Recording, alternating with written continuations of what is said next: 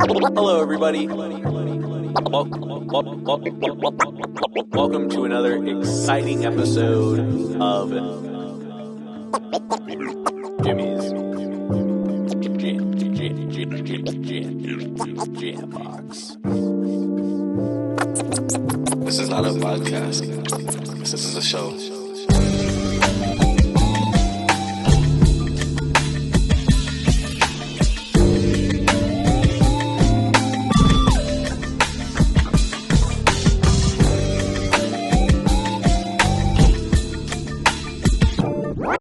Hello, everybody. Welcome to another exciting episode of Jimmy's Jam Box. We're here and we're back at it. We're going to get right on into it. But first, as always, make sure to like, subscribe, push all the buttons, do all the things. You know, I don't know where they are and I'm never going to learn, but I trust you.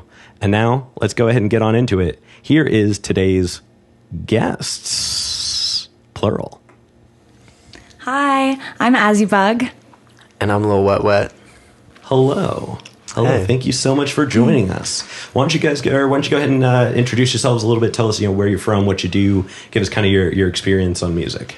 Yeah, you can go first. Right. Yeah. I'm Lil Wet Wet. I live in Portland, Oregon. I do music, and I'm a visual artist. I direct music videos and do visual art in other capacities. I'm from Bellingham, Washington. Yeah. My name's Azie Bug. Some people just call me Azie too. I am a performer. I make music. I dance. And I act and model. And I'm from Monroe, Louisiana. Okay. And I moved here a couple years ago. Nice. Yeah. Nice. And what got you all into music initially? I got into music. It's something that I'd always wanted to do, but I didn't have the tools, and I didn't know anybody who made music, and so it kind of just felt like one of those things that I needed the person. Mm-hmm. And You had music in your life too. yeah, I did theater growing up, and like I've always been a singer, but just not in a pop or any other music that wasn't musical theater capacity, really. And yeah, so whenever I met Nick, and Nick's I make music, and I was I've always wanted to make music, and I know that also everybody says that, but then they got me started, and that was in October, and I've been pumping out songs since. I knew that I was gonna love doing it. I just needed the help getting started. Oh, that's awesome. Yeah, and I started rapping when I was 16. And kind of thinking that I was taking it seriously because I was getting a lot of attention from my peers and stuff, and I wasn't paying enough attention to the internet. Mm-hmm. And then I went to school, and I had been writing raps in middle school and my whole time music was always a really huge part of my life. Music and media and artists and mm-hmm. people. Were always a huge fascination, and I always wanted to model myself after people and stuff, and I was always looking at artists and being damn, I want to be like that. Then I went to school in 2019. I went to McGill University in Montreal and sort of fell off, and was still making music a little bit, but got really depressed, had this whole thing, and then in 2020, I went back home because of the pandemic, and was just given this lush opportunity. I dropped out of school and had this huge opportunity to just work and pursue music, and that was when I started making music videos, and it was for the first time I was I need to actually take this seriously, and actually, because it was in a time where a lot of the things that had previously mattered and what I thought I needed to have to make music didn't anymore. And so it was sort of a blank slate. So again, music's been in my life forever. I started rapping when I was 16, recording in my friend's basement. But I really chart my career and me starting from 2020 when I started doing music videos, because that made me take the whole thing a lot more seriously and really start thinking of myself as an artist. And then when I met Azie in October of 2022, right? We met in August. But I started making true. We started music in October. Yeah. And when I met Azie, I had been living in Portland for 2 years doing music, and music and video. and I was like homeless and like staying because we had a housing situation fall apart, and so I was staying in Azie's house because my old roommate was living there too. And we met, and Azie was like, "Oh, I want to like make music," and a lot of people are like, in my days in travels, a lot of people are like, I want to make music. They see me making music, and they're like, I want to make music. I can make music, because everybody thinks, oh, I can do that too. You know. Exactly. And so I was like, okay, like let's see. And we had this like one recording, and Azie is like kind of the only person in my days in travel who has actually put the work in to like become like my peer in music, and not have for me to have to like babysit them or anything. Hell yeah, I love that. I love that. That's such a cool connection to find with somebody. Yeah. Now, do either of you play any instruments? Not yet. I'd like to learn, but you know, I know a little stuff here and there, guitar, piano. You know, I picked instruments up a little bit when I was a kid, but it was all like, I don't know. I kind of came more from like words and poetry into music. So like, no, I produce a little bit. Like I've learned some stuff here and there, but like compared to like the people who I've worked with who are like insane. Yeah. I like, it would kind of be fey for me to like claim that shit. Totally. You kind of work auto-tune like it's an instrument though. Because like I don't know how to sing. Like I don't have like any like vocal training or anything. Like my friends thought I was tone deaf when I was a kid, but I've learned to like, and like if I'm just like singing, like that's why for the performance it's so important for me to have like my vocal settings and presets and automations in the right places, because I don't know. There's a lot of scrutiny. Yeah. For it to be sound how I want it to sound. No, it's like a part of the art. Yeah. Totally. Now, this next question is kind of a fun one. We ask it early on. It's definitely a crowd favorite. What was the first album you each bought with your own money? My own money. Yeah. So not just like one you like grabbed from your parents' stack, but like the one that you were like, I want this. Went and got that. You go first, because I don't remember. The first album I bought with my own money was on iTunes. Like I didn't have a CD. Like, but I bought Cinematropolis by Blue Scholars. Okay.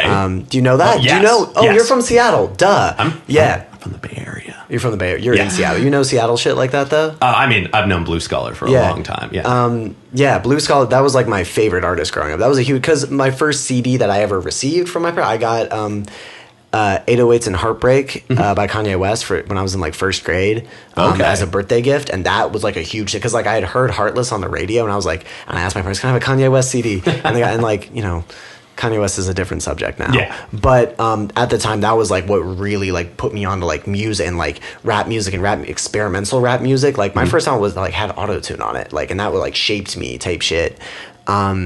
But Cinematropolis by Blue Scholars is one of the craziest, like most experimental. Because who is crazy? Because they were like the beats sound like hyperpop beats now. Like if you were to like, you could take like all those instrumentals that Sabzi made for that album and like put, you know, like Delete Zeke on them or something. Yeah. Like they go crazy. And Prometheus Brown was such a captivating writer. Yeah, that album was huge. That was like the album that like taught me how to like listen to music, and that was like the shift for me going from like pop music to like underground music, when I like going from like elementary school to middle school. Hell yeah, yeah, that's a solid answer. Yeah. Super excited. It's crazy. Nobody knows Blue Scholar. Are you an Immortal Technique fan at all? A little bit here and there. See, that's how I found Blue Scholar initially. From like, because they did stuff together a lot. Yeah. So I went the opposite direction. Yeah, I found like Bamboo, and that was like what got me. Like we were into like Macklemore and stuff when we were kids. Like, and then fucking Thrift Shop popped, and we were like, fuck Macklemore. Fair enough. Yeah. Wait, did you say that you were into Bamboo? Bamboo. Yeah. Like the band from the Philippines? The artist from the Philippines, the rapper. Bambu. Oh, different Bamboo. Different Bamboo. There is also a Bamboo. Bamboo is the rapper, though, is from the Philippines. So is Prometheus Brown. They're both Filipino. How coincidental. Yeah. I got to, my band got to share a show with Bamboo, spelt with 2 O's at the end. And that was crazy. If you like Blue Scholars, you should check out Bamboo. Oh, now it's recorded, so I can check back in on it later. I definitely will. Yeah. All right. And now, how about you? You know, I can't quite remember the first one because it probably was not as impressionable, and I think that I'd had many CDs at that point that I purchased one, and I don't think it's a good answer to give. But the first CD that I was ever given by my mom when I was 5, it was the Beatles' White Album, the 2-disc edition, and then the next one that I remember that I asked for specifically was a Hillary Duff CD, Metamorphosis. Okay. So, and I feel like Just those spanning two, the gambit there. those two things really describe me and my music well too, and like tastes.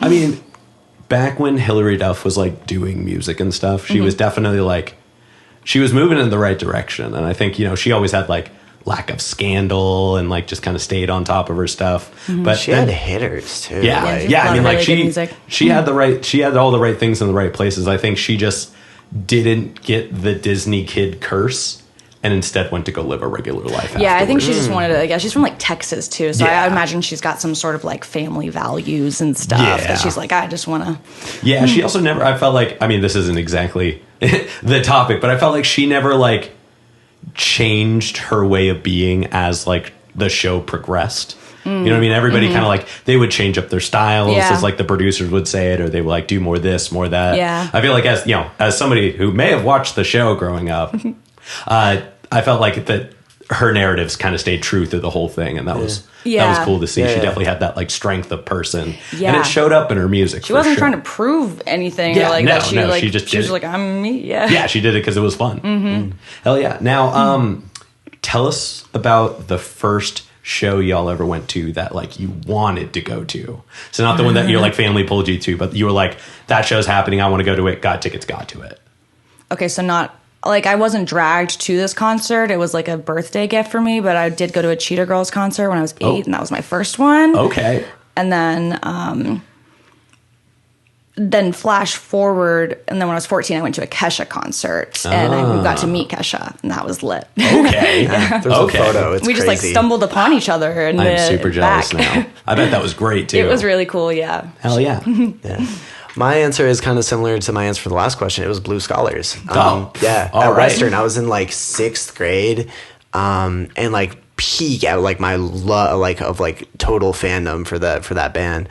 It was like it was at a Seattle Supersonics rally, like when they were back trying to get the Supersonics in Seattle. And I bought this T-shirt, this green and gold Blue Scholars hand style T-shirt. Did you ever see those T-shirts with like it was in Prometheus Brown's handwriting? And it was crazy because I just found like, do you remember when we were thrifting the other day and I found that T-shirt with that hand style? Like I hadn't seen that in a year. Like that was the first like T-shirt I bought at a show, and it was so lit. He fucking. I was in the front. I knew all the words. I was like the youngest person there. And like Prometheus Brown was like, yo, follow these guys. They know all the words. Because me and my friends were there. And like we talked to him afterwards and he was super cool. And like my friend Avery, who I started rapping with, like he had a setup and stuff. And when I first started recording music when I was like 16, I was rapping in his basement. I went with him. And before the show started, he was like, okay, now Nick, I need you to not get your hopes up super high. It might not be as good as what you think is about to happen. And then it was. So, and then like 2 years later, I went to another Blue Scholar show in Seattle at the Showbox, and they pulled me on stage. Okay. Yeah. Okay. And I was That's wearing the exciting. T-shirt that I bought at that first show. Oh, they probably recognized that. They were like, this person's about it. Man, I hope so. Like, yeah, I met those dudes like 4 times. It was tight. Hell yeah. I love that. Yeah. I love that. All right. Now, do both of you have like a defining, I mean, I guess you kind of told your story on this one already. But do both of you have like a defining moment where you decided music is like the main thing you want to pursue? Or I guess is music the main thing you want to pursue? Because I know y'all do a bunch of multimedia stuff as well. I'm pursuing everything. I'm going to be an icon. I want to do fashion and music. And I'm so sorry. I'm kicking my foot. No, that was me. That was me. My bad. Is it all good? Everything's. Yeah, looks good to me. Oh yeah. I want to do it all, and music is just a huge part of that because I love music so much, and I feel like I'm just going to like go whatever direction I'm pushed in because I love it all, and I've always wanted to do this since I was a child. Like first time they ever asked what we want to do when we grow up, I said ballerina, and then I'm a singer, an actress, and it like always remained those things. And then I pursued acting after I got out of high school, and then I like got really anxious about adulthood, and I settled down in a relationship. Was starting to go up too. Yeah, I was starting to get like more auditions, and I wasn't prepared for like, they were like, hope you're ready, you're going to be traveling a lot and everything's about to be different. And I was like, and I had just gotten in this like serious relationship and was kind of like got invested into that. And like, I became a realtor and a preschool teacher and pursued regular life for a few years. Oh, okay. Beat it, owned a house. Then I got depressed. I was like, this sucks. Why am I still depressed? Like, I'm doing all the things that I'm supposed to be doing, and like, I'm not happy. And then I, decided I wanted to be on my own, and that I was going to pursue music, and I was going to be a dancer, and I just started doing it and taking every step, and then things have just unfolded, and like, I met Nick, and just... Yeah, and my answer is like really similar. Like, I want to do the things, like, like whatever it is that like, and it all kind of feeds into each other, because like, I don't know, I'm like an artiste. Like, it's like, I don't know, the videos are supplemental to the music are supplemental to the videos. Sometimes I make songs with videos in mind for them. Sometimes a song needs a video for it to be understood in the right way. For me, it's mostly about like making my mark and spreading the gospel type shit. Totally. Yeah. Hell yeah. All right, now let's dive into some questions that are more focused towards y'all as musical artists.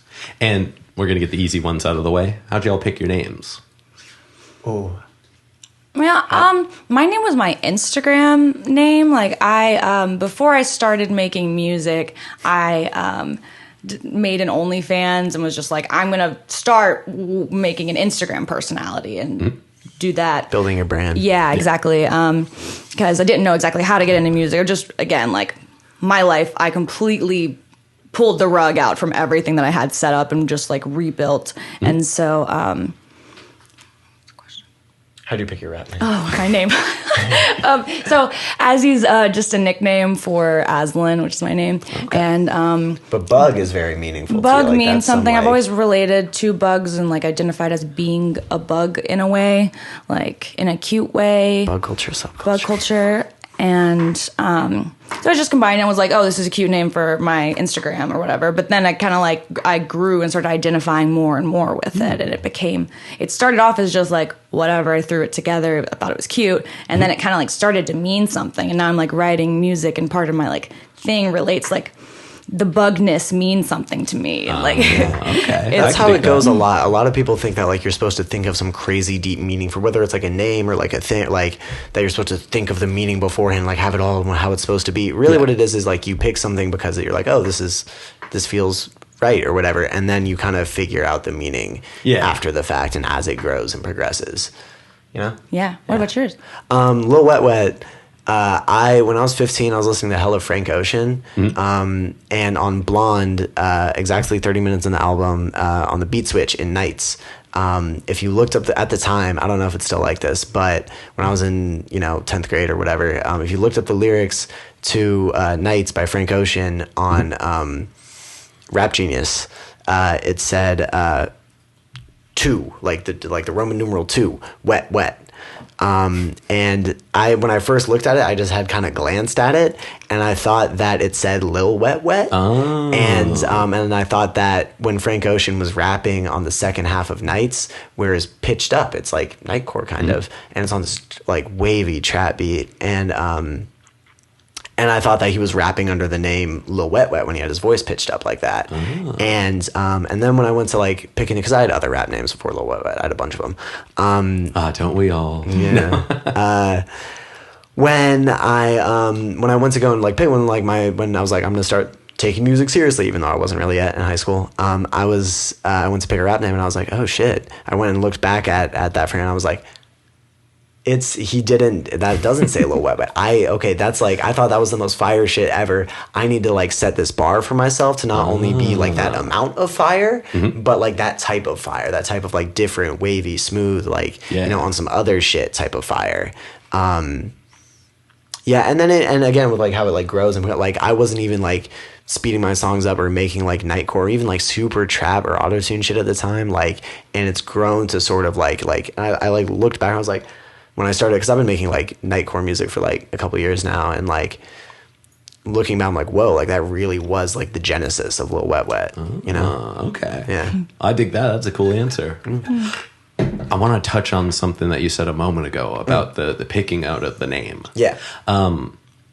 Whenever I've been in bands, we always never picked out a name until like 5 or 6 songs in. Yeah. Because we always wanted to try and pick a name that like felt like the style of the music that we did. Yeah. Yeah. So that was always how we leaned into it. Like we wouldn't have a name until we had, you know, a grip of music so that we could like pick something that it was never heady. Like my last band was Smooth Talk. Yeah. A great name. That's a Big good fan. name. I like big that, yeah. fan. It's still Smooth Talk still exists in me. One day it'll come back as something, but for now, that was like we went through like 15 different names, and then finally we just like listened to all our music, and someone was like, "Yeah, this is really smooth." Yeah. And like somewhere else in the conversation, they were like, "Yeah, but you talk a lot," and I was just like, Smooth talk. "We did it, boys." So yeah, that was how we kind of came up with that one. But yeah, I agree with you. I think that a name can build a meaning. It can. I think it can go both ways. I think that picking a name and not thinking about it too much before you go into an artistic project, whether it's like an album stop doing that. or an album or a song or an artist name, you can't, like, you know, you can do it before the fact or after the fact. Like both ways kind of have their own merits. Like when I make a song, usually how I pick the name of the song is I look back at everything I've said, and then I'll pick a word in the song, a word or a phrase that I say in the song. There are other artists too that do that I'm a really big fan of. Shout out Wasted Youth. He really inspired me in that capacity, because it gives like, you can like, if you pick like a specific word, like if you take the project, what you've already made, and you can give emphasis to a certain part of it and change how someone perceives it going into it. But I also think like my last album I made, The Path of Philosophy, Fear Not Walk, I came up with that title when I had 2 songs for it, and it ended up having like 11 songs, and it was really helpful for me in my process, because it like, I would make the songs, I wouldn't think like, oh, this has to be like this, but I would make the songs and think like, okay, like, is this fitting the groundwork that I've laid out for it? Is this building on what the foundation I've given it? Yeah, totally. Oh, I dig that. Thanks for ripping that one apart with me a little bit. Yeah, absolutely. Now, as we move further into the artist-focused questions, this next one's more of a process-focused one, and that's how do you go about putting a song together? And it specifically focus on what do you do when you start a song, and then what do you feel? And I mean, I know no song is ever truly finished, but what do you look for before you put a song out?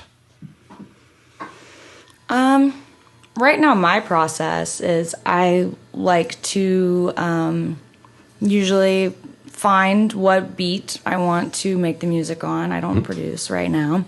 And then I get it all set up, get my FL loaded and things, and usually I just start writing. Like I go like a couple lines at a time, and I just like feel the vibe of it. Most of the time, I don't have the hook. Like I listen to it and I hear the hook right away, but I don't hear the words. And most of the time, I don't write the hook until I get to it. And then by the time I've written the hook, I'm like, oh, now I know what I'm talking about in the first part. Like it's like I'm ahead of myself mentally when I start the writing. Like I know where I'm going before I know where I'm going, kind of thing. That's really cool. And then it just, I don't know, it comes together, and then I listen to it, and when I'm happy, or after I've like done it a bunch of times, and then right now I like to like, I love showing my stuff to Nick right away, and then usually like she brings some sauce. She's really good with chopping and just like I do a little executive production. Do a little executive producing. I watch and learn, and it's really cool. And that's usually like when I decide that it's ready to put out. I'm trying not to like hold on to things, like perfection's not going to exist, and I'm in like a demo state. Like I've been making music for a few months. First year out type shit. Yeah, like I'm showing people what I'm capable of in my range more than I'm showing them like, oh, the gain was just perfect, and like it sounded like it was a studio, but it wasn't. It was my $300 setup. You know, like it's more just about like, do I feel, am I jamming? Am I enjoying the song? Yeah. I love that. I think you gotta show a track some love. Like it, like you can like when it's done is when you're like, ooh, I'm out. Like this is so potent, but I'm out of juice, and this is like, you know, when you can like kind of like I kind of like I when I'm really juiced to put a song out, or when it's like usually when I've done a lot of stuff after the fact of like the initial recording process, or it was just like lightning in a bottle when I was in that session. And like when I can like listen to it and sort of just like bask in it, is when I'm like, this is like Bathroom Photo, the song that I performed. Will possibly be performing. Will possibly perform. I'm not sweaty because Time. Yeah. But that song, I like wrote it, but I don't know. I'm really back and forth on like I freestyle sometimes and I write sometimes. It just depends on like what the song, like some not like. But for this particular song, I wrote the verses. I wrote the song for it. Like I wrote the verses, like the meat of it, and then went in and like found, and like Homecoming Queen, shout out Homecoming Queen, had sent me this really fire beat. And I had been listening to Meltwater Pulse by Wasted Youth a lot, and so I was really inspired by like his vocal delivery. And so I had sort of a palette for what I wanted to like going into it, and I recorded it, and then like it still needed something, and so I got Ayla, shout out Bedhead, to come and do some guitar on it, and then I spent a lot of time mixing that, and based off the guitar I went and like mixed different things. It just like to just give it the emotional resonance that could make me feel like safe when I'm listening to it, and I'm like wrapped in like a warm blanket. Okay. Yeah. Hell yeah, I dig that. I don't know if I answered the question. No, you talked about your process. That's the whole focus of the question. Now, we're going to focus on some questions that are a little more the both of y'all now. Do you make music together regularly? I mean, I guess, given the space and such, but like, do you have times where you do your own music and then times where you do it together, or is it mostly together? No, it's both. Yeah. It kind of leaned into, we go through like slumps in time, so sometimes we'll be in like making a lot of songs like together. We'll make like mostly 5 songs together in a row, and that's all that we've recorded type shit. And then we look back and we're like, we should make some of our own songs for a few days. Or like also just like if one of us finds a beat, like there are beats that are like, this is perfect for an us song, but we also have very different directions too sometimes. And that's what makes like our collaborative stuff, I think, so potent, is that we're coming from such different directions, and we can find like a place where it can mesh. It's really cool. Yeah. And, I think that was all I just said. Yeah, and we'll like record together. Like if we're not like, even if we're not working on it, we'll like hang out with each other while one person's recording and like show each other what we're doing and like stuff. Like you're editing a video in here and I'm recording in there. We like do a lot of parallel playing. Stuff. I dig that. And now, kind of touching on the fact that you two don't exactly do the same styles and sounds and things. What do you do when you're working on something together to find like that middle ground for the sound? We kind of know going into it. Like we're not going to waste the others. And like we're not going to waste each other's time by being like, oh, you should get on this, when like I'm not going to get on. Also, you'll let me know like if I play a beat, you're like I'm not into this. I'm not going to get on that. And same, we know what we can hit and stuff, and I think we both just have this like type of range, and then the middle spot meets with each other. But we don't like we don't really even go over like, this is what I think I'm going to do. We don't really tell each other what we're going to put on the beat that much. Well, and like we pick up off each other. Like one person goes in and we'll like, I love it when we like, we've done this a couple times. Like we did this for Garden, we did this for Hole, where you will do sort of like your bass layer. So like you'll record like 45% of the song, and then I'll come in and do my verse and like do my verse and like fully mix it and flesh it out, and then you build the rest of the song around it. I really like when we do that. I think that leads to really, really cool textured songs. Hell yeah. Has there ever been a point in time where like one of you was working on music just individually and the other person like heard it and went, I have an idea? Like while we were recording, like say you were in there working on a track, and you were in here working on a video, and been like, yo, I need to. Have you ever like heard something she was working on and just like walked over there and been like, I have an idea? Yeah, probably with, like, one of those chops and pitches and stuff like that. And I think what do you either think of Hole or this? Garden, I don't remember which one. You had already because you weren't done with it. You were showing it to me. It was sort of like that. Where like because like usually. If I was around, I'm like focused. But like when Azie shows me something like that, I'll be like, I need to like. Yeah. And you always are like, I don't know. You never like push them on me or like interrupt my process to be like, I've got this thing that you need to go try right now. You kind of like wait till I'm done with what I've got and you're like, may I? Can I do a little thing? And I always trust your sauce. Like I always love what you put in it. But so I I'm need like, to let yes, you. please. I always try and let you do your thing before I come with the sauce. Yeah, no. The more I was just wondering, like, do you ever get inspiration and go, I have a cool idea if you'd like to hear. Like, absolutely. never intrusive on the process, Yeah, but yeah, like, have you ever heard the other person working on something and been like, Yeah. I have an inspiration. Like, Definitely. We inspire each other all the time. hell yeah. I love that. I love that. Yeah, I miss living in a house with other musicians because there was always that, like, you would hear something and just be like, I love that. Yeah. I love that. Yeah. And it can just, like, it can inspire you to, even if you go and work on something different, just like put you in the mood because you hear somebody else Oh, definitely. living in that space. Yeah. Hell yeah. Now, as you both do a lot of like video related things and stuff like that, as you're moving towards more video focused stuff, it sounds like, and you already kind of answered this one, so this question's a little bit redundant, but touch more on the like the importance of like the presence of video and how y'all are going about that. Super important. I think like when right now, like I've only got, we have Garden out, which is a video of both of us that Go watch Garden on the Patterns XX YouTube channel. Also, I said like Lil Wet Wet is my rap name and stuff, but Patterns XX is also a big part of my brand. It's the name of my YouTube channel and it's all my social handles. Hell yeah. Yeah. Sorry to. which is kind of why I went with Azie Bug, because all my social, I had a large internet presence already under Azie Bug. Yeah. But yeah, I think that videos are going to be super important, especially just like to like me being discovered. I definitely have a feeling that videos are going to contribute to a large part of going up.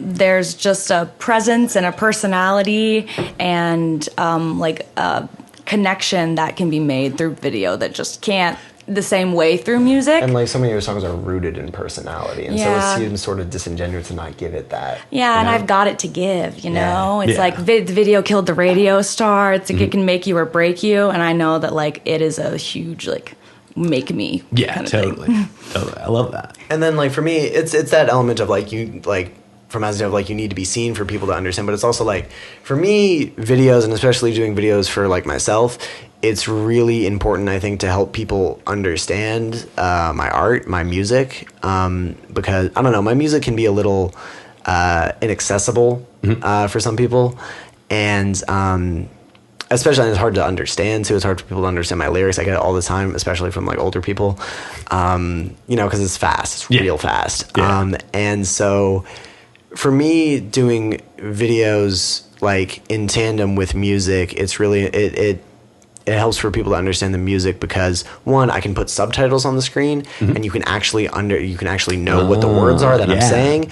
and then two, I can match those lyrics with an image, and you're understanding, you're perceiving what the lyrics are, and then I'm sort of holding your hand into what the meaning could maybe be, and like giving people like avenues of interpretation for it, where they might just kind of hear it and be like, oh, like this means that or whatever. I'm like, ooh, like, you know, if you like, Echo 2K is one of my biggest inspirations as a video director, and he does this really, really well, where he'll put lyrics next to, and it completely changes the meaning, like, or just adds this crazy, like, I don't know, he'll have like in the song Victim, he's like, I made a promise to myself, and like puts clouds in front, like, what is, like, oh, like, it's great. Go watch that video if you haven't. If you want to understand what I'm doing as a director, that Echo to Victim by Echo 2K that was like the video that made me want to do videos. Okay. Yeah. Cool. I dig that. Yeah. Also, I like what you said about having the words on the screen. Yeah. Because yes, it does give you the opportunity to like see a visual image of the words, but also then nobody has to have a little wet wet moment and like think it's something different than it is. Oh, they can have I the kind of words. like that too, though. I kind of like it when people misunderstand me. It's okay. Like, I'm never going to be fully understood. Well, that'll definitely happen just from the listening in general. Yeah. But I think having that aha moment. Yeah. Yeah. When you watch the video, they're like, oh, I thought they said this, but it was that. Like that. Yeah. That can definitely go a long way. Yeah. Yeah. Hell yeah. All right. Now we're going to move towards some hypothetical questions. These are fun ones. And I guess we'll have to kind of split these questions back up again. If you could work with any one artist who's currently alive, and if it's a member of a group or band, you have to pick one. I think I know your answer to this. Who would it be? Nicki Minaj. Ooh, I was wrong. Did you think I would say Timbaland? I thought you were going to say Timbaland. I said Timbaland last time because that's what popped in my head. Producer, Timbaland. Nicki, though, yeah. Artist, Nicki Minaj. Yeah. Okay. For me, producer, I'm gonna give you a couple answers for this. Producer, White Armor. Artist, like another vocal artist who I would like want to get on a song with or something. I don't know. Like that kind of has to be organic. It may not be so much being on a song, but like someone you could interact with. So it's Yeah, like there's somebody like who who- like does what you like, or like does something that you like that who I you'd be think I more can- curious about. Oh, I mean, I'm low key. I don't want to jinx it, but I want to work with Wasted Youth again really bad. I bought a feature from him forever ago, Okay. and like now we're kind of cool. Like he's like we're mutuals on Instagram and shit. I want to work with Wasted Youth hella bad. Wasted Youth, I want to do videos for Wasted Youth, and there's like in terms of like great like crazy like who I would want to do videos for. Lucky, Lil Uzi Vert, Nicki Minaj. Okay. Like those people who have these like really captivating performances. You make the video for of we were me talking and about this. Nicki You Minaj do the song. Yeah. Oh, there's a whole plan here. Crazy. I like it. I like it. Manifestation. All right, and then subsequently, who's a local artist that you're like aware of and you like dig what they do? You just haven't gotten a chance to connect with them yet.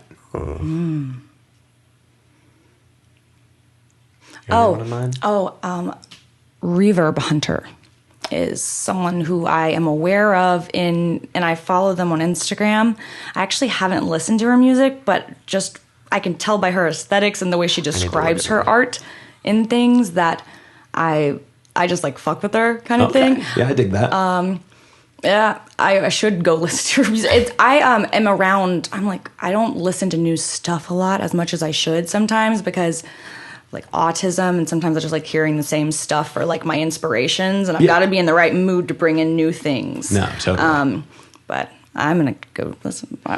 Yeah, All right, perfect. a lot of the people who I would have said for this are people who I've since connected with. Okay. That's like, and like we've I've talked already about heard stuff. Like, them. yeah, it's hard because it's like I'm kind of like we're fucking with everybody now. Like, you know, DJ Hydra would have been the first person I said, and like now we've been talking about working. Shout and out stuff. DJ Hydra. Shout out DJ Hydra. Shout out Drew. I don't know. Ivy Cashmere, I think is really cool. I've heard some of her stuff. Yeah, she doesn't follow me back on Instagram, but it's cool. I'm just a fan. I think. Yeah, she would be someone who I would want to work with. I think she's tight. Hell yeah. Hell yeah, I could dig that. Yeah. And also, you know, if anybody happens to know him, make it happen. Drew knows Ivy Cashmere. I think we actually follow each other on Instagram. Me and Reverb Hunter. Yeah. All right, and then this is just kind of this is a fun one. If you could perform anywhere in the world and all the logistics were sorted out, so power, crowd accessibility, sound, all of it was fine. You wouldn't have to worry about stability of building structure. Could literally be anywhere in Do the we have whole unlimited planet. budget too? Yeah, like it just Like I can give whatever performance, like with like pyramids and like you know and build stuff. It could and, like, be drop down in like yeah. catacombs or like out in the middle of a swamp, or it could be anywhere on the planet. I need to think about this for a sec. No, we weren't. There's a lot of cool places. A lot of places that I haven't been that I don't know if they're actually cool. I or just keep not. thinking of places that aren't real. I just keep thinking. Narnia. I wanted to say Atlantis. Yeah. Bikini Bottom. An Atlantis concert would be lit. Bikini. Oh my god, the Little bubble Mermaids. boat. Like All right, Atlantis concert real would be lit. places. and it has to be on this planet too, Yeah. right? Yeah.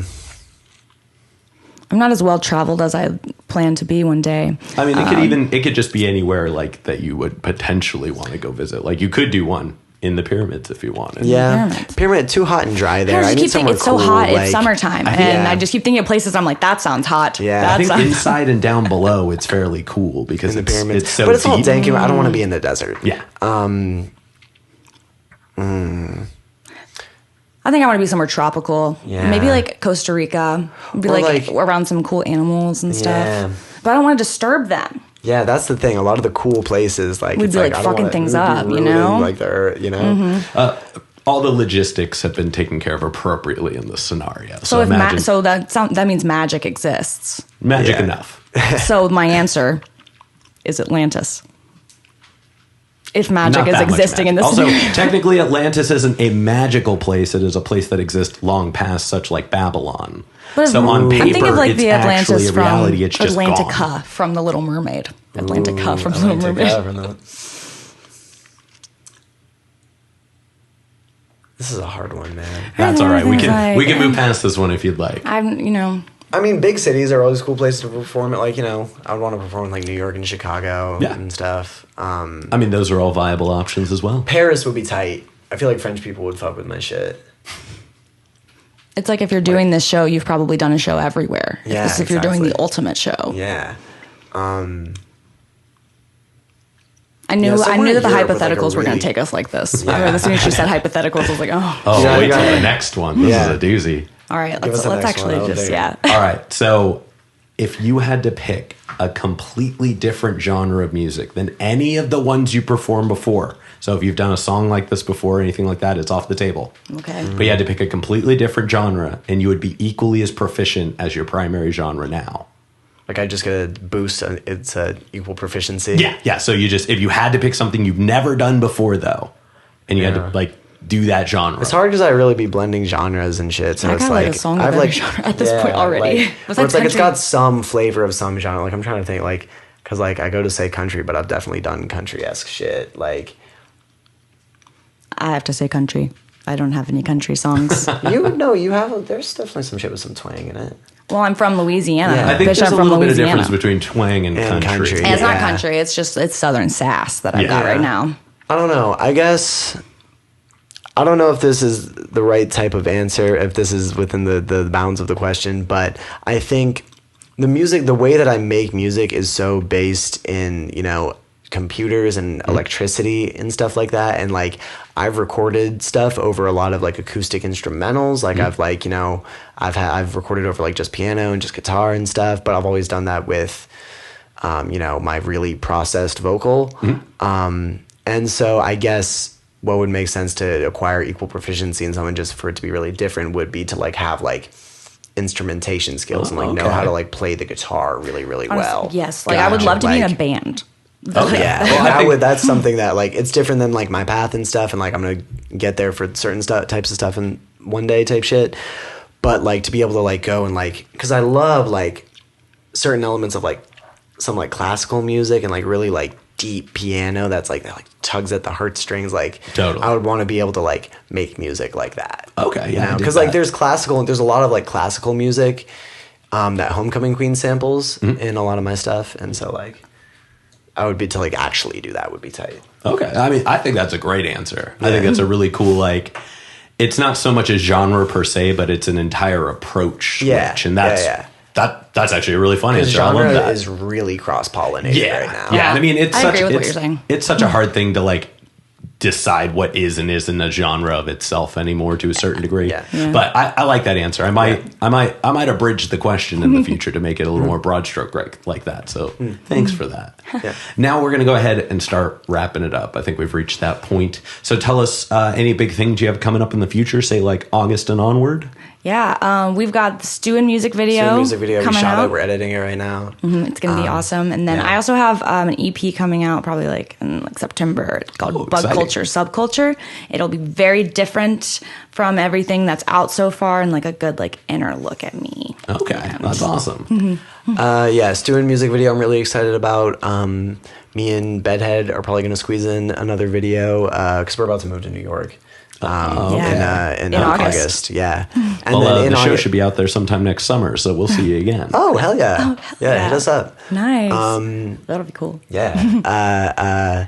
And then I have a project that I'm probably going to drop in like August called That Bathroom Photo is going to be the lead single off of called Gloss Arc 2, Return of the City, because I'm returning to the city. Love it. Love it. And it's the sequel to a project that I dropped last year called Gloss Arc 1. And yeah, it has like 3 songs. Hell yeah. That's awesome. All right, now for this next one, I'll have you all look straight at the camera and just tell people, you know, how they can connect with you, how they can find all your stuff.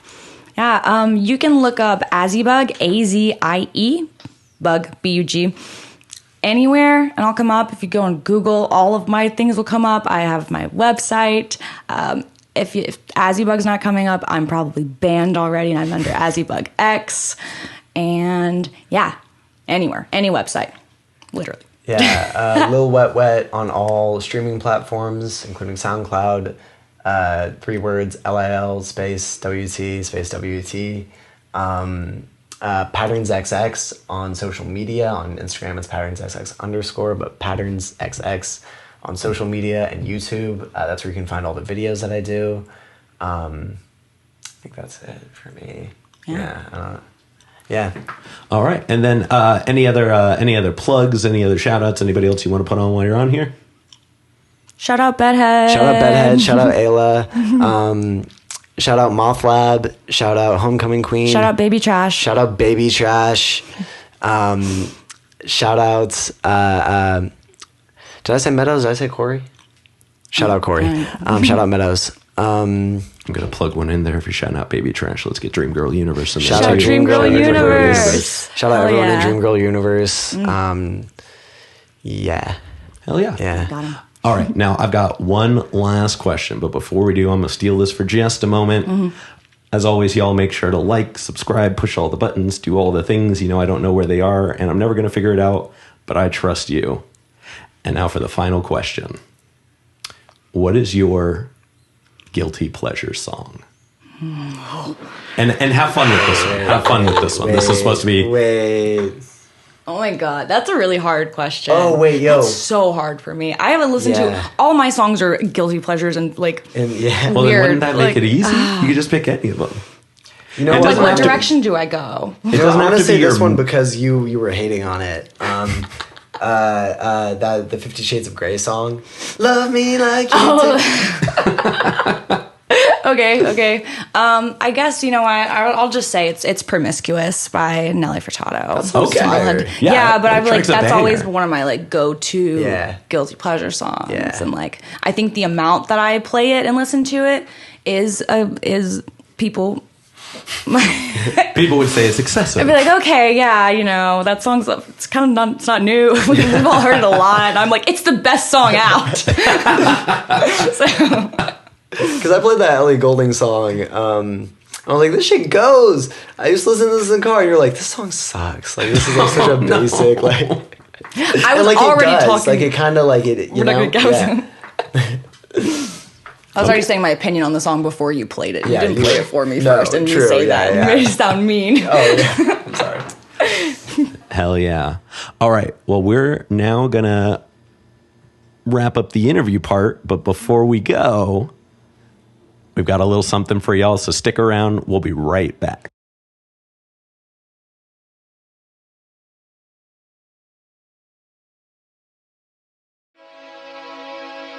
My name is Lil Wet Wet. This is bathroom photo. Boss Act 2. Queen.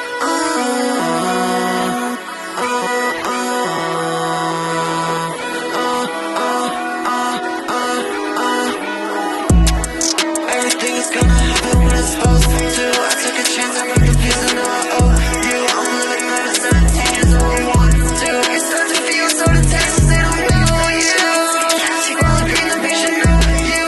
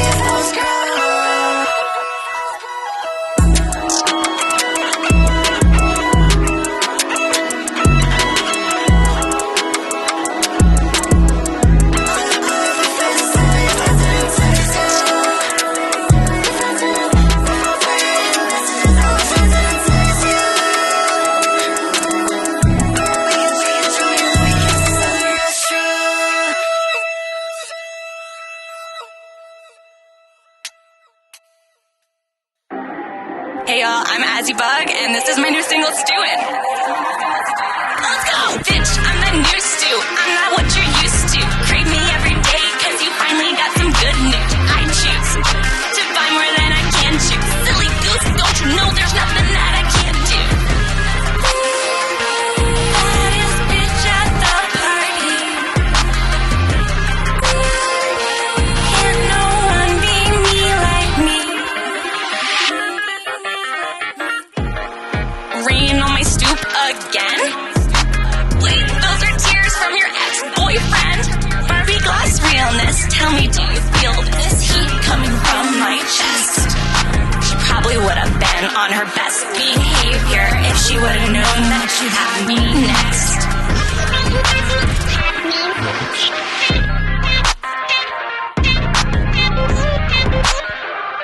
Me?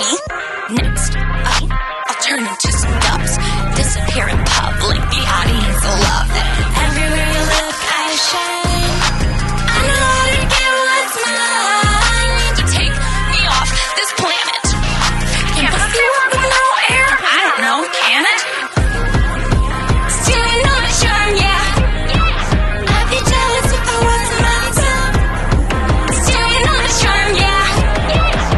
The jealousy will send you straight to hell. Stealing on my charm, yeah. Sometimes it works too well. Gotta watch for incels hurling out their insults. Oh, you think I'm mid? Go have sex with your pit bull. I know.